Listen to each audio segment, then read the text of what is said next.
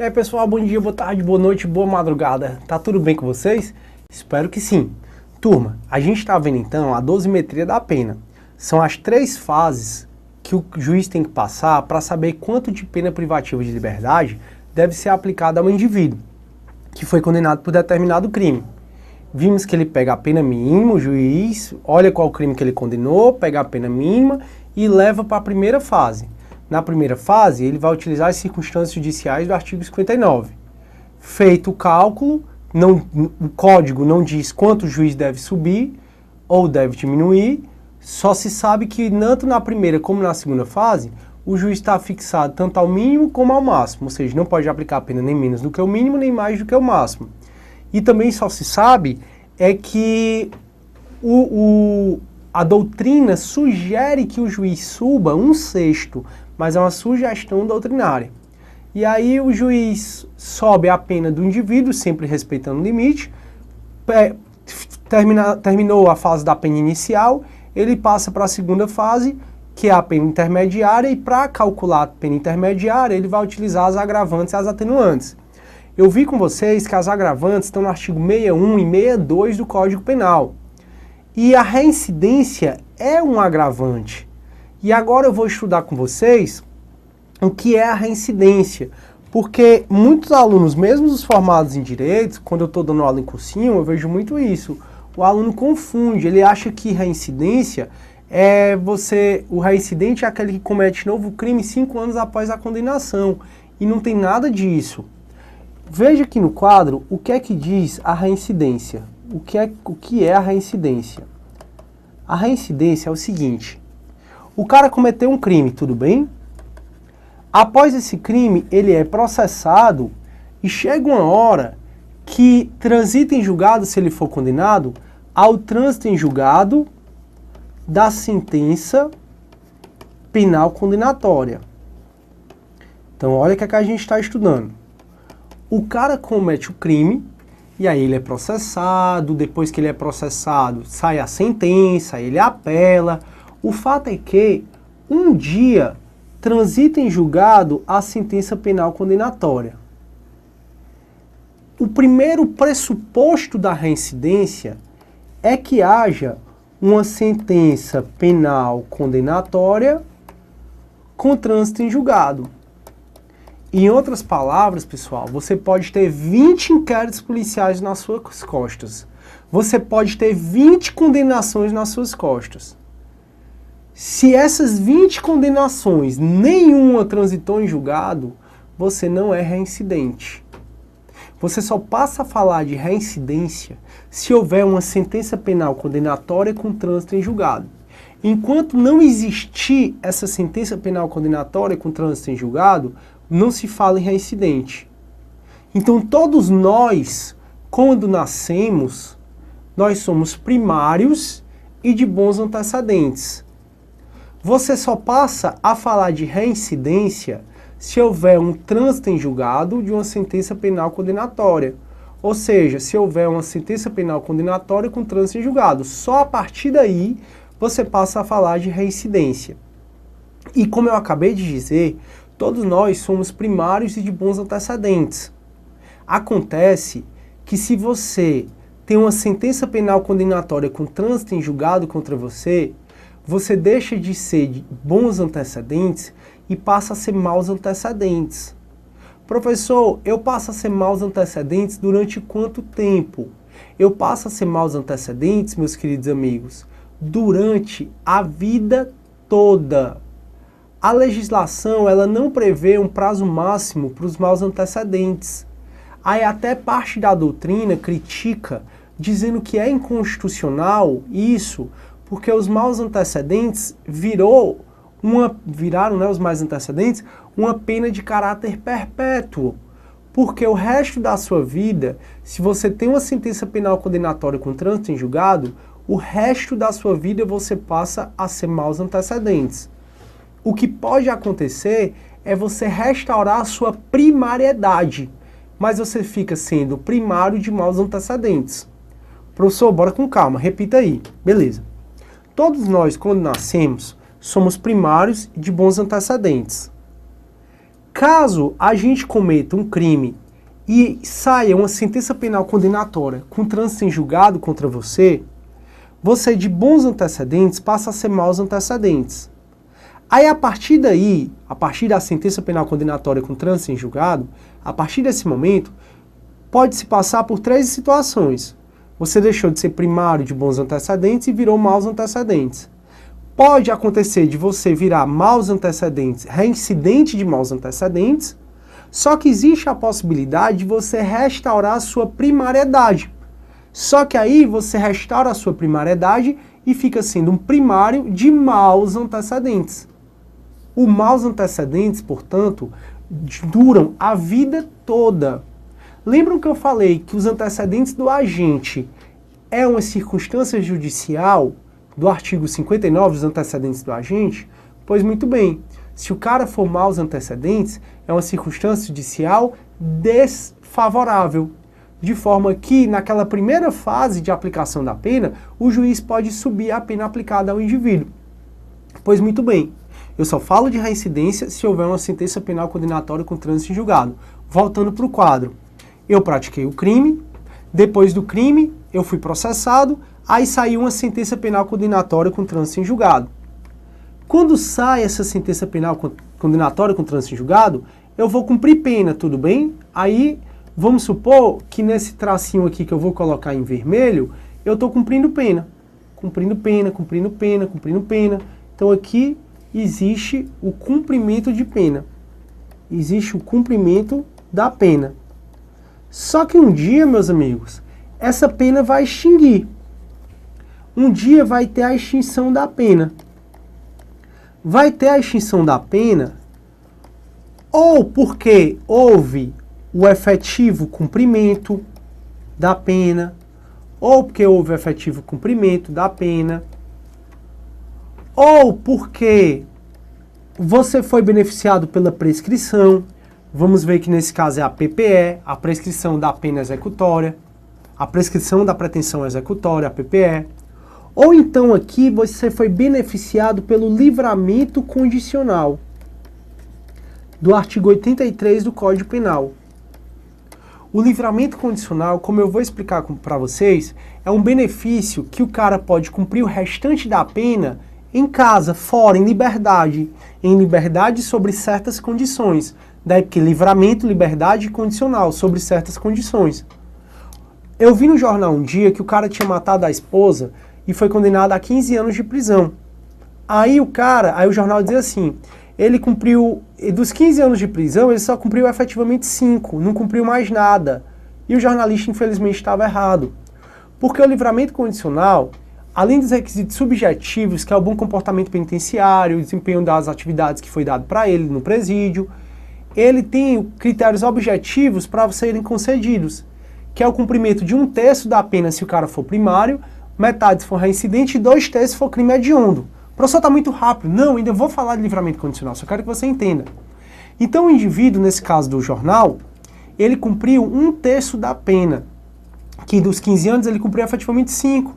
Pelo bom comportamento penitenciário dele, como não era crime hediondo, e como ele teve e como ele cumpriu 1/3 da pena, ele foi liberado para cumprir o restante, ou seja, os 10 anos em liberdade, em livramento condicional, que é o que acontece dos filhos, né? Ah, eu estou incondicional. Você está cumprindo o restante da pena em liberdade. O resto daqueles 10 anos, ele vai cumprir em liberdade. Sobre condições, porque se ele ferir essas condições, o juiz pode revogar o livramento condicional e ele cumprir o restante da pena no presídio. A gente ainda vai estudar sobre isso.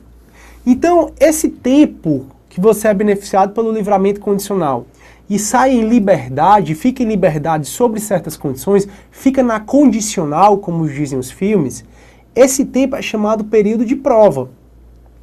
E aí é o que eu estou explicando para vocês. Eu cometo o crime, há o trânsito em julgado da sentença penal condenatória, aí depois do trânsito em julgado da sentença penal condenatória, há o cumprimento da pena, e um dia, meus queridos amigos, essa pena vai acabar. Vai acabar ou porque você cumpriu, efetivamente houve o cumprimento da pena, ou porque você foi beneficiado pela prescrição, que é a PPE, né, prescrição da pretensão executória, vamos entender o que é isso, ou você foi beneficiado pelo livramento condicional. Pois muito bem.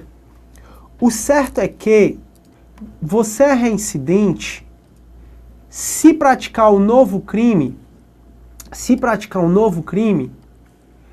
até, pessoal, começou a contar da sentença com trânsito em julgado até 5 anos após a extinção da sua pena.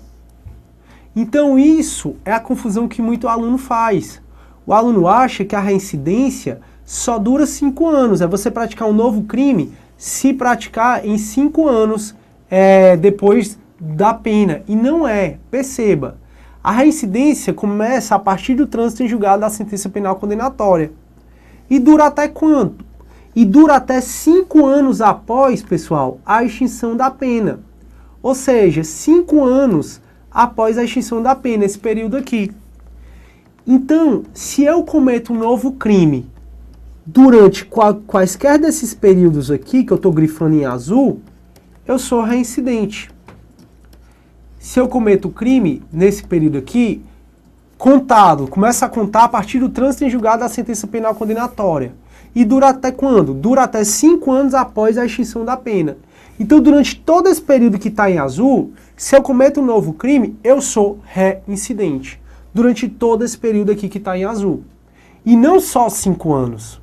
Professor, mas se ele está cumprindo pena, como é que pode ele cometer o crime? Ou é só que pode. Ele pode matar outro detento, ele pode extorquir outro detento, ele pode entrar com presídio, com o celular dentro do presídio, ele pode cometer vários crimes. Então veja, todos nós somos primários de bons antecedentes. Saiu uma sentença penal com trânsito em julgado contra você, uma sentença penal condenatória com trânsito em julgado, você deixa de ser de bons antecedentes e passa a ser de maus antecedentes o resto da sua vida. E a reincidência é se você pratica uma nova infração durante esse período que está em azul. E essa nova infração, pessoal, é o seguinte: que nova infração é essa? Vamos supor que tenha transitado em julgado contra mim uma sentença penal condenatória por um crime. Aí uma sentença penal condenatória por um crime e nesse período que está em azul eu cometo um novo crime. Nesse caso, eu sou reincidente. Transitou em julgado uma sentença penal condenatória contra mim por um crime. E nesse período que está em azul, eu pratico uma contravenção penal. Nesses dois casos, queridos amigos, eu também sou reincidente. Ele é reincidente, ele é reincidente. Agora, tem a possibilidade de eu ter sido condenado por uma contravenção penal.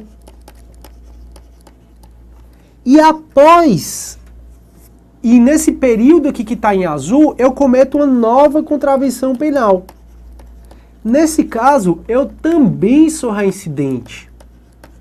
E o único caso que eu quero que você fique realmente atento, único não, né? Mas é esse próximo. Esse próximo é a seguinte situação. O cara é condenado por uma contravenção penal. E nesse período que está em azul aqui, ele comete um novo crime. Esse é o único caso em que o cara não é reincidente.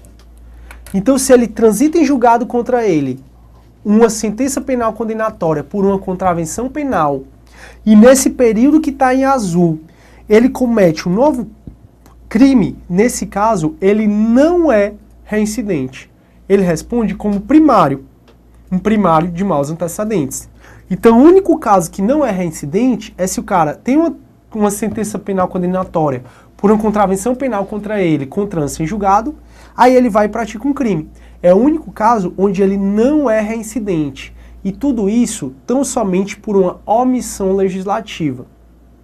Então, todos nós nascemos primários de bons antecedentes, sentença penal condenatória com trânsito em julgado, maus antecedentes para o resto da vida. Você vai ser reincidente de maus antecedentes se cometer uma dessas situações aqui durante esse período que está em azul, de 5 anos após a extinção da pena. Passado esse período, se você comete um novo crime ou nova infração penal, você responde como um primário, só que um primário de maus antecedentes, pelo resto da sua vida. E as disposições, pessoal, sobre reincidência estão aqui no artigo 63, que diz assim, 63, 64, que diz assim: verifica-se a reincidência quando a gente comete novo crime. Opa, professor, você disse que contravenção penal, crime e contravenção penal vale. Vale, já mostra por quê. Então, verifica-se a reincidência quando a gente comete novo crime, depois de transitar em julgado a sentença que no país ou no estrangeiro o tenha condenado por crime anterior. Opa, aqui o 63 você percebe que só está falando de reincidência naquela primeira situação, né? Se o cara comete um crime, comete um novo crime, após transitar em julgado no Brasil ou no estrangeiro, a prática de um novo crime anterior. Mas olha o que aqui diz o artigo 7º do Decreto-Lei 3.688 de 41, que é a Lei de Contravenções Penais. Verifica-se a reincidência quando o agente pratica uma contravenção, depois de passar em julgado, o que o tenha condenado no Brasil ou no estrangeiro por qualquer crime, ou no exterior por uma contravenção penal. Verifica-se a reincidência quando o agente pratica uma nova contravenção penal, depois de passar em julgado a sentença que o tem condenado no Brasil por crime, ou no Brasil e no estrangeiro por crime, ou no Brasil por contravenção penal, ele pratica uma nova contravenção penal.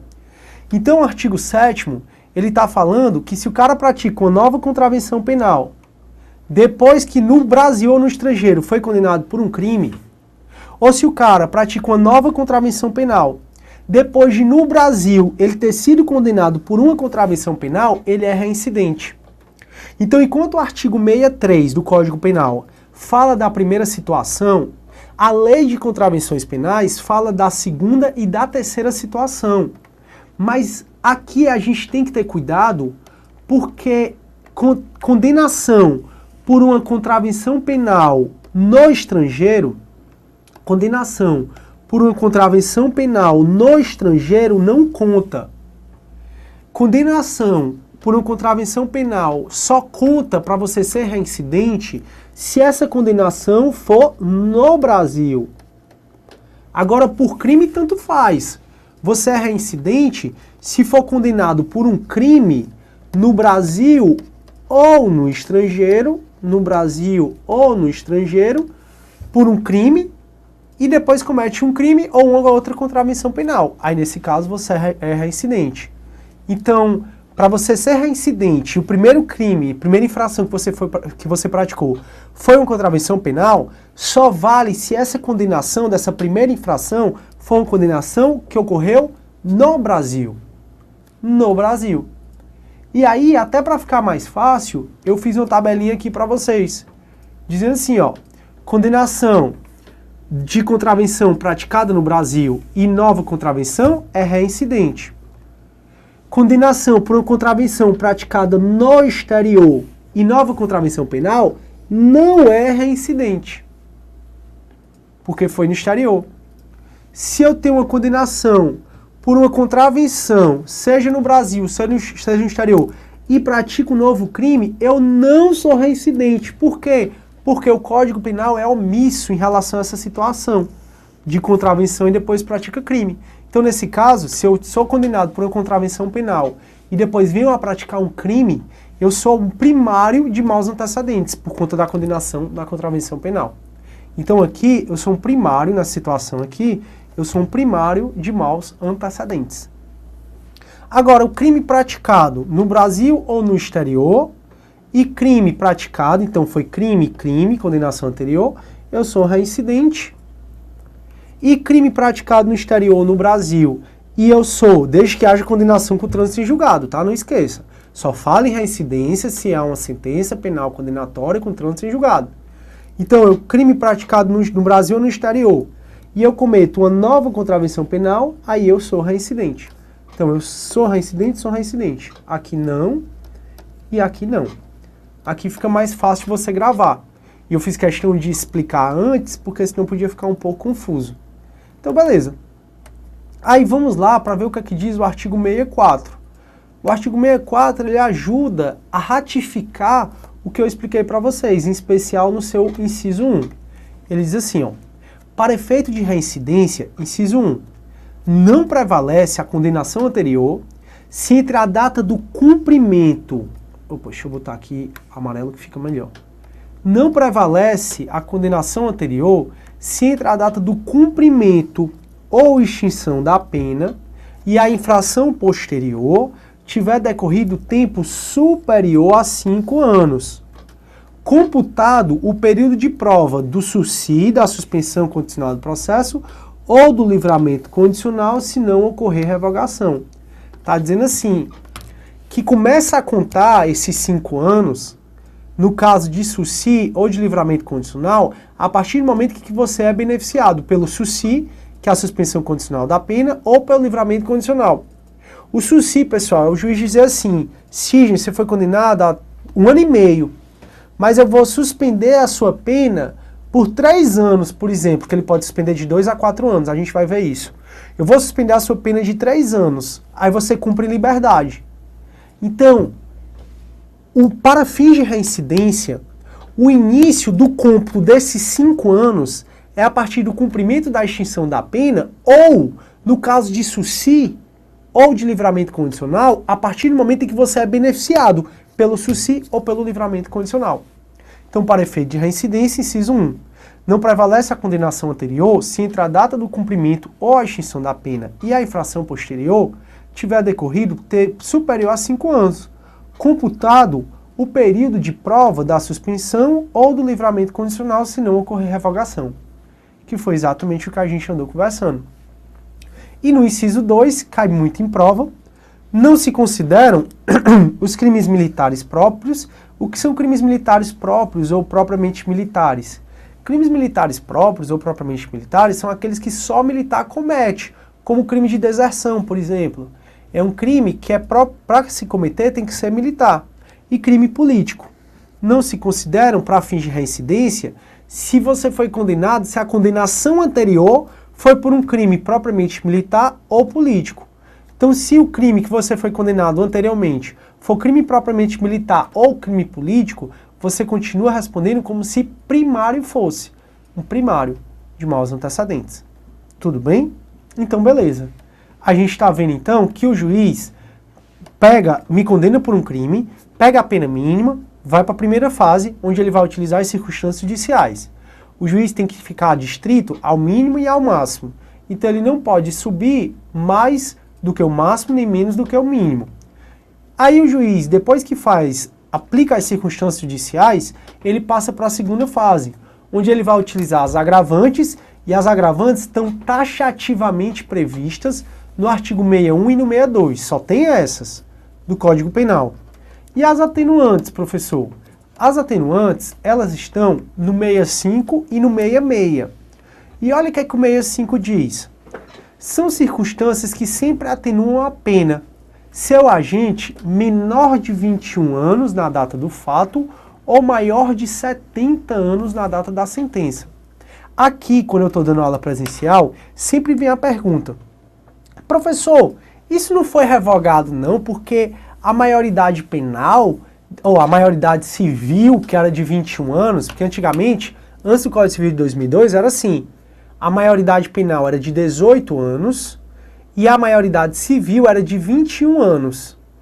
Então, a civil era de 21 e a penal era de 18. Em 2002, foi que a civil baixou para se igualar à penal. Aí sempre o aluno pergunta, professor, isso não foi revogado não com o Código Civil de 2002? Não foi, turma. Se o cara é menor de 21 anos na data do fato ou é maior de 70 na data da sentença, você tem que lembrar de duas coisas. Ele tem direito a essa atenuante do inciso 1º do artigo 65 e ele tem direito também à redução do prazo prescricional pela metade. Então, se na sua questão vier dizendo datas e você identifica que o cara era menor de 21 anos na data do crime ou maior de 70 na data da condenação, você vai lembrar logo de duas coisas. Opa, nessa situação tem que inserir a atenuante, e é um direito subjetivo do réu, tem que inserir a atenuante do 65, inciso 1, e tem que também, pessoal, reduzir a prescrição pela metade nos termos do artigo 115 do Código Penal. E a gente ainda vai estudar o artigo 115 do Código Penal. Então, são circunstâncias que sempre atenuam a pena. Inciso 1. Seu agente menor de 21 anos na data do fato ou maior de 70 na data da sentença. O desconhecimento da lei. O desconhecimento da lei não impede que você seja processado por aquele crime, mas o desconhecimento da lei atenua a sua pena, como diz o 65. E no inciso 3 tem até a linha E, que eu não coloquei todas, para vocês notarem que são circunstâncias que atenuam a pena. O crime cometido por relevante valor moral ou social. Professor, mas tem um homicídio privilegiado que diz que diminui a pena de 1/3 a 2/3, no artigo 121, parágrafo 1º. No artigo 121, parágrafo 1º, tem um homicídio privilegiado, que a gente ainda vai estudar. E lá tem assim, a pena é diminuída de 1/3 a 2/3 se o agente comete o crime de homicídio por relevante valor social ou moral. Nesse caso, professor, dá para o cara ter direito à diminuição de pena e atenuante? Não. Turma, quando o juiz nota que a mesma circunstância pode servir na terceira, na segunda e na primeira causa da dosimetria da pena, a dosimetria da pena não tem 3 fases, quando o juiz nota que a mesma circunstância dá para ser utilizada na terceira, na segunda e na primeira, ele prioriza a terceira. Se não der, aí ele vai para a segunda. Se não der, ele vai para a primeira. Então é de baixo para cima. Então, por exemplo, lá no homicídio privilegiado, o artigo 121, parágrafo 1º, tecnicamente não é nem privilégio, porque os crimes eles podem ter modalidade simples, qualificada e privilegiada. Como é que você identifica se o crime tem modalidade simples, qualificada ou privilegiada? Você identifica se eles têm uma variação de pena. Todo crime na modalidade simples, todo crime via de regra tem só modalidade simples. Aí ele tem uma variação de pena, como homicídio, 6 a 20 anos. Para você saber se aquele crime tem modalidade qualificada, você olha no artigo e analisa se tem uma pena maior, uma variação de pena maior. Por exemplo, o homicídio do caput do artigo 121 é de 6 a 20 anos. Porém, o do parágrafo 2º do artigo 121 é uma variação de 12 a 30 anos. Opa! Se o crime tem variação de pena, significa que é a modalidade simples. Mas, se essa variação de pena é superior à modalidade simples, aí a gente tem a modalidade qualificada. E se essa variação de pena é inferior, aliás, à modalidade simples, a gente tem a modalidade privilegiada. Então, quando é que eu sei que o crime tem modalidade qualificada ou privilegiada? Pela variação de pena. O homicídio dito privilegiado, chamado por todo mundo de privilegiado, que está no 121, parágrafo 1º, ele não tem variação de pena. Então, tecnicamente falando, não é homicídio privilegiado.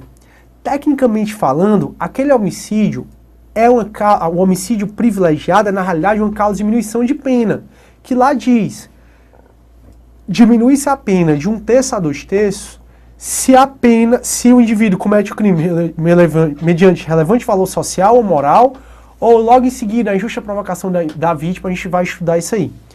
Então veja, o homicídio privilegiado ele é uma causa de diminuição de pena, utilizada na terceira fase. Deve ser utilizada na terceira fase. Aí, só se não der, o juiz utiliza na segunda, são as agravantes atenuantes, e só se não der, o juiz utiliza na primeira. É assim que ele faz. O artigo 65, então, ele tem as atenuantes de pena. Só que o 66, ele tem a chamada atenuante genérica, que o juiz, pelo caso concreto, pode criar um atenuante com base no caso concreto. O juiz cria um atenuante, que diz assim, ó, a pena poderá ser ainda atenuada em razão de circunstância relevante anterior ou posterior ao crime, ainda que não especificada no artigo anterior. Então o artigo 66 permite que o juiz, de acordo com o caso concreto, seja o que acontece antes ou depois do crime, ele possa atenuar a pena. Turma, eu vou ficando por aqui. Próxima aula a gente começa na terceira fase. Tchau e tudo de bom.